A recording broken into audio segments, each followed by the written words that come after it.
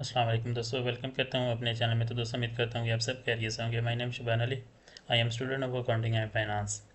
आज जो हम डिस्कस करने जा रहे हैं, एक असाइनमेंट है हमारी। तो हमारा कोर्स है कैपिटल बजटिंग, ठीक है। Case study analysis. कंपनी का नेम है the replacement of facilities and हैशलिफर कंपनी। ये कंपनी है, हम इसका केस स्टडी करेंगे। और जो है फर्दर हम इसको क्वेश्चन वाइज हम इसको डिटेल में हम इसको देखेंगे। ठीक है। हमारा फर्स्ट क्वेश्चन है, what is the problem statement given in the case study. हमने जो है एक केस स्टडी हमने करना है। इसमें हमने हमारी प्रॉब्लम क्या है, इसमें हम फर्स्ट इसको डिस्कस कर लेते हैं। फर्स्ट पे हमने जो है एक दो कंपनी जो है एक रिप्लेस कर रही है मशीनरी को। एक उनके पास ओल्ड मशीनरी है और दूसरी सेकेंडली जो है उन्होंने रिप्लेस करनी है न्यू मशीनरी के साथ। ठीक है। उन्होंने न्यू इक्विपमेंट ली है, 3 लाख की इन्होंने न्यू इक्विपमेंट ली है, जिसको जो है 5 ईयर उसकी लाइफ है। एंड जो है उसने जो सेल कर रहेंगे आफ्टर 5 ईयर, वो 1 लाख में करेंगे। और वो यूजिंग करेंगे मैकर्स। मैकर्स यूज़ करेंगे। डेप्रिसिएशन मेथड जो है मैकर्स यूज़ करेंगे। ठीक है। और जो है न्यू मशीनरी के करने से जो है उनको कंपनी को 60,000 कॉस्ट जो है वो कंपनी जो है सेव करेगी एज़ कम्पेयर टू प्रीवियस। और टैक्स बेसिस हमारा टैक्स हमारा अप्लाई होगा 35%। सेकंड केस हमारा है, सेकंड क्वेश्चन है, what is the various investment decision involve in the project, this project. Cost of first investment, cost of operation, choice of financing, risk element. Third हमारा question, explain the both of new investment and asset disposition decision.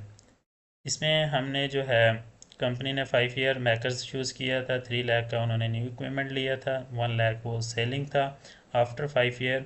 और उसके ऊपर जो है हमने जैसे पहले बात की 60,000 जो है सेविंग कॉस्ट थी प्रीवियस इक्विपमेंट से।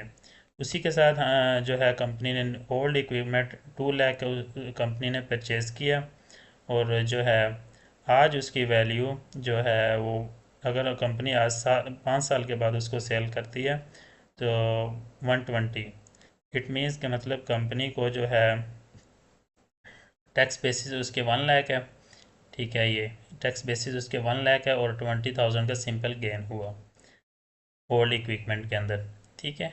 और फोर्थ हमारा है, what is the effect of depreciation on tax in the case of new acquisition asset disposition decision. After depreciation, the new increment over 5 year according to 94%, 94.24%। मैकर्स हमने use किया था। ठीक है। तो हमारा जो है 3 लाख के अकॉर्डिंग हमारा जो है 17,280 जो है हमारा टैक्स बेसिस आए थे 5.76 के अकॉर्डिंग। ठीक है। अगर हम जो है कंपनी अगर सेल करती है, कंपनी ओल्ड जो है 120,000 के अंदर उसको सेल कर रही है। अगर हम 1 लाख में उसकी टैक्स बेसिस आए थे 17,280, हमसे हम इसको जब माइनस करेंगे तो हमारे पास जो है हमारे पास 82,720 जो है हमारे पास सिंपल गेन हो गया कंपनी को। उसके बाद हमारे पास fifth question, are there any tax credit on acquisition of any new equipment. Tax credit are not available for this equipment.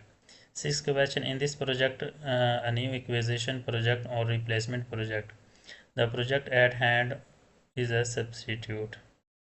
Seven question, how the equipment will be depreciated over the life of project, explain the detail of various depreciation method involved in the project।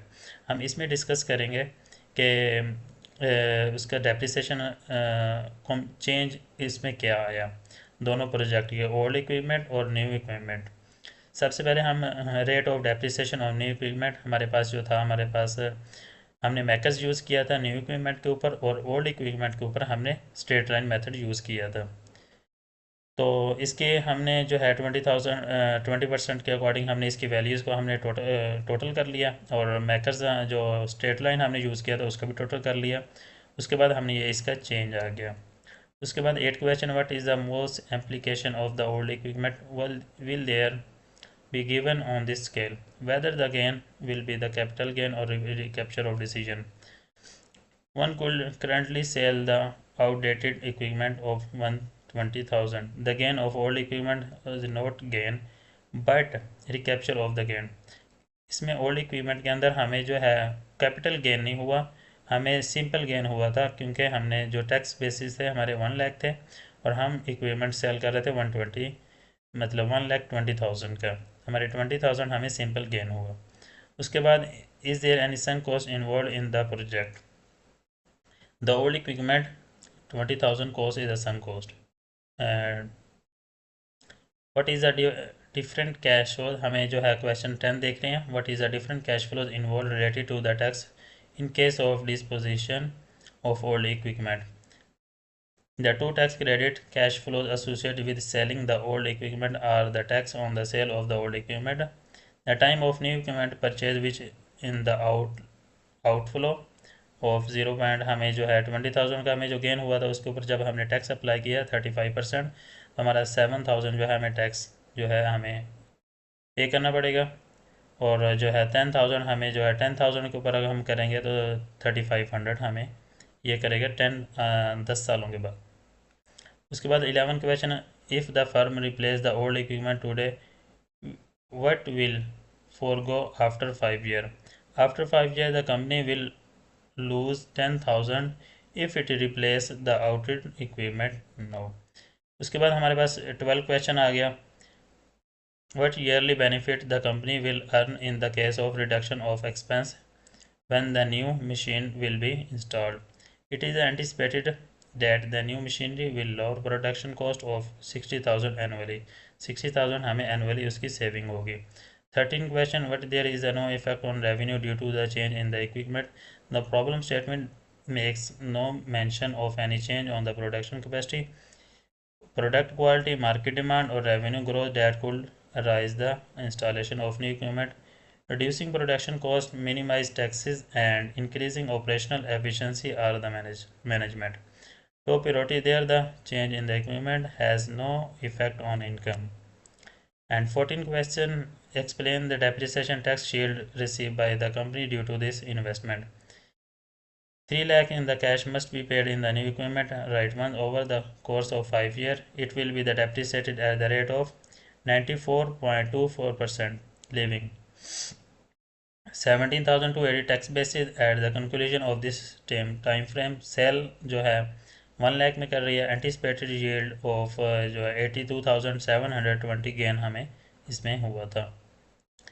And 15 question, how manager participated important investment decision, set goals, collect data, examine your option, examine the risk. ठीक है।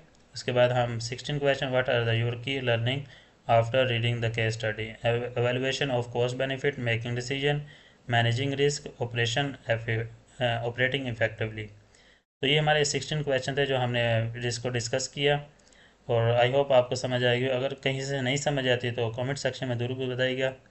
मिलते हैं next video में, दुआओं में याद रखिएगा। अल्लाह हाफिज़।